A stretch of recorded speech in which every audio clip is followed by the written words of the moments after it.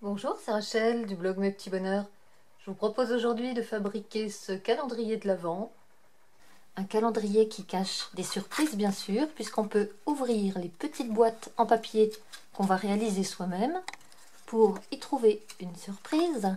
Et une fois la surprise enlevée, une autre prendra sa place qui est cachée au dos du couvercle, comme ici par exemple ces strass que j'ai mis à l'arrière du couvercle. Ce calendrier de l'Avent est composé de 25 boîtes de cette forme triangulaire. On a ici un couvercle que l'on retire assez facilement en insérant une petite tige dans le trou et on a à l'intérieur un bonbon. Pour réaliser les deux morceaux de cette boîte, j'ai préparé un gabarit qui dessine donc le support de la boîte et le couvercle. Ce gabarit, vous le trouverez à imprimer sur mon blog. Le lien est en dessous de la description de la vidéo. La différence, c'est que dans ce gabarit, sur ce gabarit, vous ne trouverez que des lignes grises assez claires pour qu'elles se voient le moins possible à la découpe et surtout aucune ligne de pliage. Mais vous allez voir que le fait qu'il n'y ait pas de ligne de pliage ne pose pas de problème parce que les pliages sont très simples. Sur chaque feuille, vous trouverez deux boîtes. Il faudra donc l'imprimer 12-13 fois même pour obtenir les 25 modèles dont on a besoin. Je l'imprime sur du papier en 120 grammes qu'on trouve dans les papeteries, mais on en trouve également dans les magasins d'art de loisirs créatifs ou tout simplement en supermarché dans des blocs de papier couleur pour découper. Donc celui-ci c'est bien du 120 grammes également. C'est une épaisseur qui passe dans l'imprimante, c'est pour cela que je le choisis. Une fois la découpe terminée, voici ce qu'on obtient deux fois. On obtient donc de quoi faire deux boîtes avec ici ce morceau de la boîte et ici le couvercle. Pour le pliage, vous pouvez plier quasiment directement sans préparer les plis en allant tout simplement d'un angle à un autre.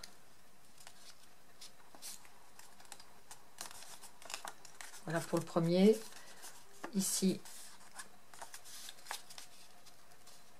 on fait le suivant. Marquez bien les plis. Et vous voyez, il n'y a pas besoin de ligne. On se doute parfaitement de là où on doit plier. Il suffit d'aller bien jusqu'aux angles. Il reste ensuite à plier les languettes. Donc pour plier les languettes, évidemment, on part de l'angle et on va à l'autre angle ici.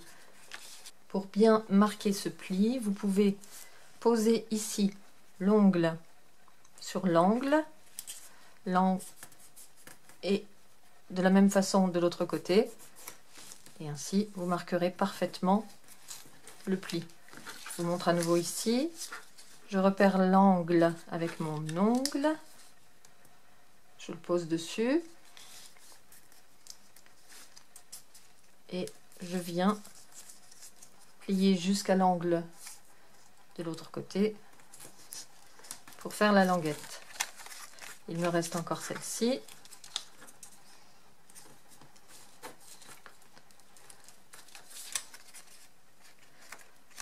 Si vous n'êtes pas sûr de vous, bien sûr, le plus simple est de marquer les plis avec un outil un peu pointu et une règle. Donc par exemple pour ceci, vous pouvez vous servir de l'arrière des ciseaux, donc surtout pas le côté tranchant, pour marquer le pli qui du coup se formera très facilement. Vous pouvez aussi utiliser un stylo qui ne fonctionne plus. Le but étant de ne pas faire de traces pour que le sapin soit impeccable. Voilà un stylo qui ne fonctionne plus. Il permet de tracer de façon très précise là aussi. Je ne sais pas si vous voyez le pli.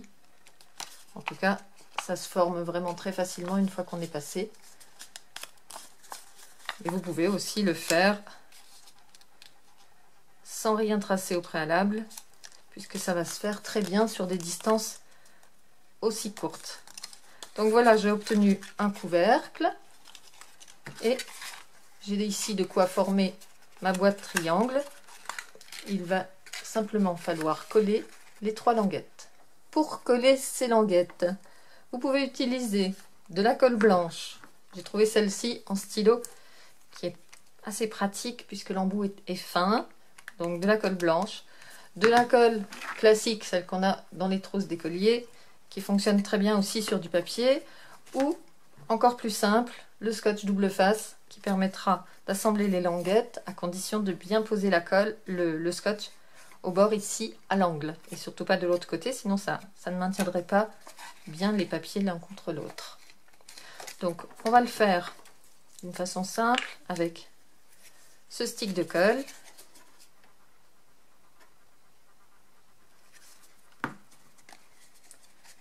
Vérifiez bien que les angles, que les 2 papiers forment une pointe parfaite que vous pouvez lisser avec votre doigt, que rien ne dépasse avant d'appuyer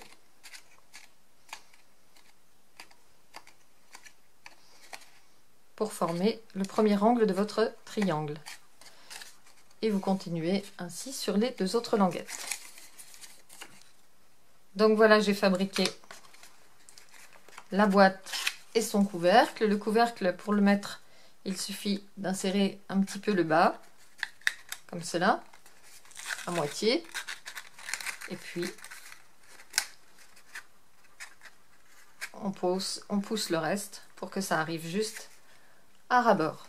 Mais bien sûr, pour l'instant, vu qu'on va coller les boîtes les unes contre les autres, on ne met pas le couvercle. J'ai choisi de fabriquer mon sapin dans plusieurs couleurs, un rouge foncé, comme celui-ci, un rouge bien lumineux, un jaune, un beige et un vert. J'intercale donc les couleurs un petit peu en désordre pour former mon sapin. Il vous faut 9 triangles pour former la base. Et ensuite, je les assemble pour commencer 2 par 2. Donc l'un pointant en l'air et l'autre pointe en bas. Pour les assembler, là encore, j'utilise mon stick de colle. Je vais bien badigeonner tout un côté du triangle en vérifiant que je n'oublie absolument aucun morceau. On n'appuie pas, mais on vérifie bien qu'on en met absolument partout. Pour approcher l'autre triangle, je le tiens, celui-ci, entre 2 doigts et je viens positionner l'autre triangle entre les 2 doigts. Et c'est cet endroit-là qu'il faut bien surveiller, qui doit être bien lisse. C'est là que la jonction doit être parfaite. Donc, on vérifie des 2 côtés que la jonction en haut est parfaite, tout en maintenant entre les 2 doigts en haut et en bas. Et quand on est sûr, on peut pincer et surtout retourner pour pincer par l'intérieur et vérifier que ça se soude bien. On revient de l'autre côté, on pince encore, on vérifie qu'ici c'est impeccable des 2 côtés.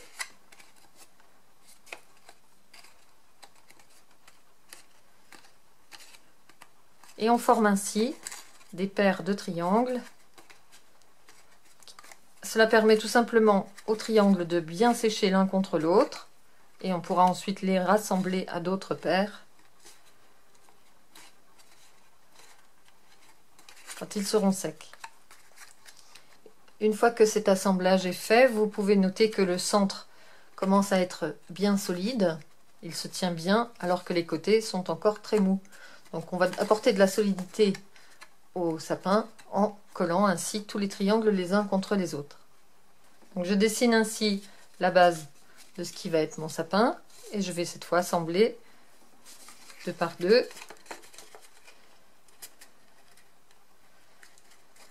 2 paires. Donc on utilise toujours la même technique. On en colle en n'oubliant rien, on en colle tout un côté. On positionne parfaitement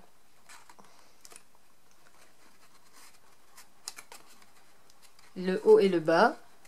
Et on vérifie ici que la jonction se fait parfaitement.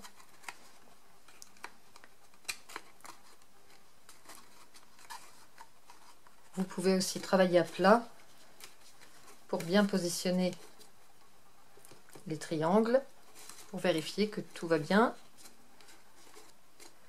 Et donc, on force le collage à l'arrière, ici en bas. On n'oublie pas le haut non plus. Et voilà déjà un morceau de 4. On continue de cette façon pour assembler les 25 triangles du sapin. Les différents étages de mon sapin sont maintenant terminés. Voici ce que ça donne. C'est aussi joli derrière que ça le sera devant. Pour les assembler, on va les coller sur une feuille de canson. Donc c'est une feuille de papier à dessin de taille 24-32. Donc le 32, ça nous fera la hauteur suffisante pour pouvoir coller les triangles sans qu'ils se voient sous la feuille. Donc vous prenez une feuille 24-32 et vous posez le sommet de votre sapin en haut en le laissant dépasser un petit peu. Vous centrez bien et là vous prenez des repères de chaque côté au crayon de papier en laissant dépasser à peu près 1 cm en haut. Vous prenez des repères ici au crayon de papier, puis avec une règle, vous tracez ces repères qui normalement délimitent la taille de votre sapin. Vous pouvez vérifier en reposant vos triangles. Et pour que les lignes ne se voient pas quand vous collerez dessus, vous allez tout simplement monter un petit peu plus, ce qui élargit le travail et camoufle les lignes. Mais d'abord, on va quand même découper, enlever le surplus. Donc vous enlevez, vous pouvez même couper à l'intérieur de la ligne pour être sûr de la camoufler. La ligne est restée sur ce papier, on n'est pas à 1 mm près. C'est la même chose de l'autre côté.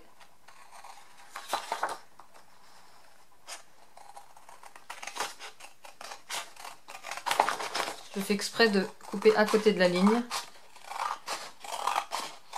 pour être sûr qu'elle ne se verra pas par transparence. Et ainsi, je pourrai poser mes triangles, mais sans qu'on voit la feuille. Donc on va s'arranger pour être un tout petit peu plus large que le papier. Donc pour se poser, on se place un peu plus haut, de façon à ce que le papier soit bien caché derrière. Pour le collage, on repère la zone où on va coller, donc qui commencera à cet endroit-là. On la badigeonne de colle, on n'hésite pas.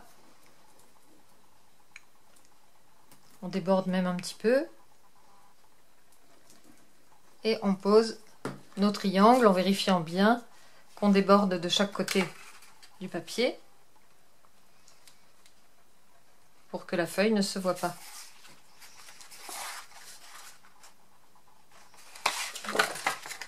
De derrière, ça donne ça. Donc là, ça tient déjà pas mal du tout. On se met à l'intérieur et on presse bien sur la colle pour vérifier que ça va tenir. On va préparer la deuxième longueur de la même façon, mais on va également en coller le dessus de l'étage pour pouvoir le fixer à celui du dessus. Donc je prépare une zone de colle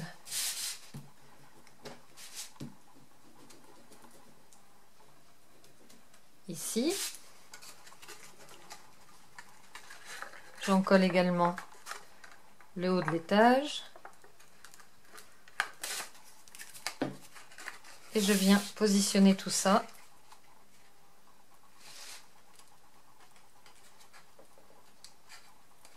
à la fois sur la feuille et contre les triangles du dessus, en faisant toujours au mieux les jonctions entre les différents triangles pour que les bords soient bien lisses.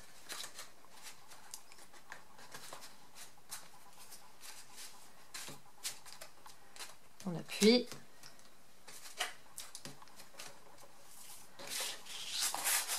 Voilà notre sapin qui prend forme et on continue comme ça. On en colle la zone, on en colle le haut.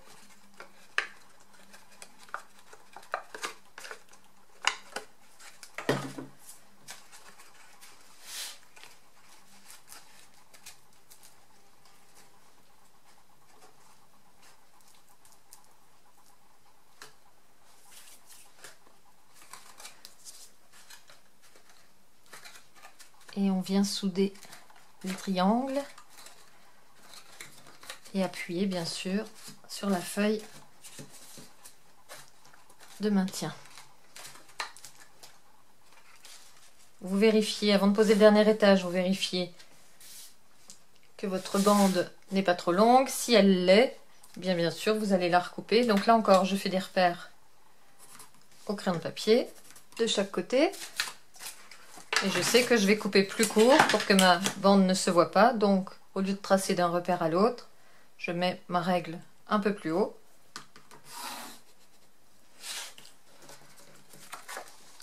Donc, je suis passée au-dessus des repères de chaque côté. Et je vais maintenant découper ce surplus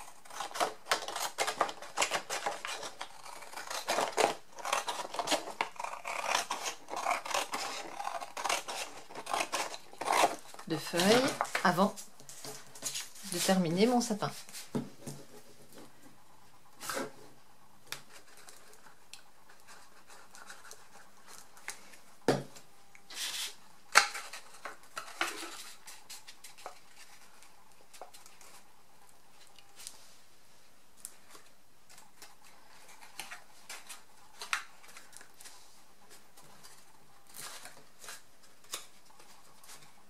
On ajuste bien les bords.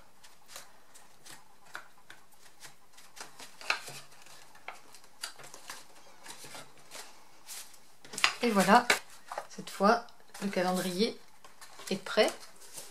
Donc ce calendrier est presque terminé. Toutes les petites boîtes qui vont pouvoir contenir un chocolat ou une mini surprise sont prêtes.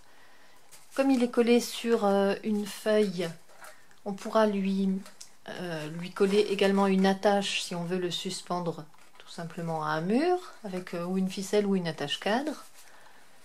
Il ne reste plus qu'à décorer chacun des couvercles, à le numéroter et éventuellement le décorer même à l'intérieur pour voir ce calendrier complètement terminé. Pour numéroter mes couvercles, je vais tout simplement prendre des autocollants transparents que j'ai trouvé dans un magasin de loisirs créatifs. Et pour les coller par contre, faites bien attention si vous faites la même chose, à bien positionner vos couvercles dans le sens où vous les reposerez, c'est-à-dire pointe vers le bas ou pointe vers le haut, pour ne pas coller vos autocollants à l'envers, en prenant par exemple ce triangle, en le posant comme ça, en posant un autocollant dessus, il serait à l'envers si vous voulez le poser ici. Donc faites bien attention à ça, préparez vos couvercles dans le bon sens avant d'y coller vos autocollants. Je ne numérote pas le calendrier dans l'ordre, je trouve que c'est plus joli quand c'est en fouillis, pour qu'on s'amuse à chercher les bons nombres. Donc le 9 ira ici alors que le 1 est ici. Petit à petit, je décore tous mes couvercles avec chacun un autocollant numéroté. Il faudra bien sûr que je place ensuite des surprises dans chacun des compartiments.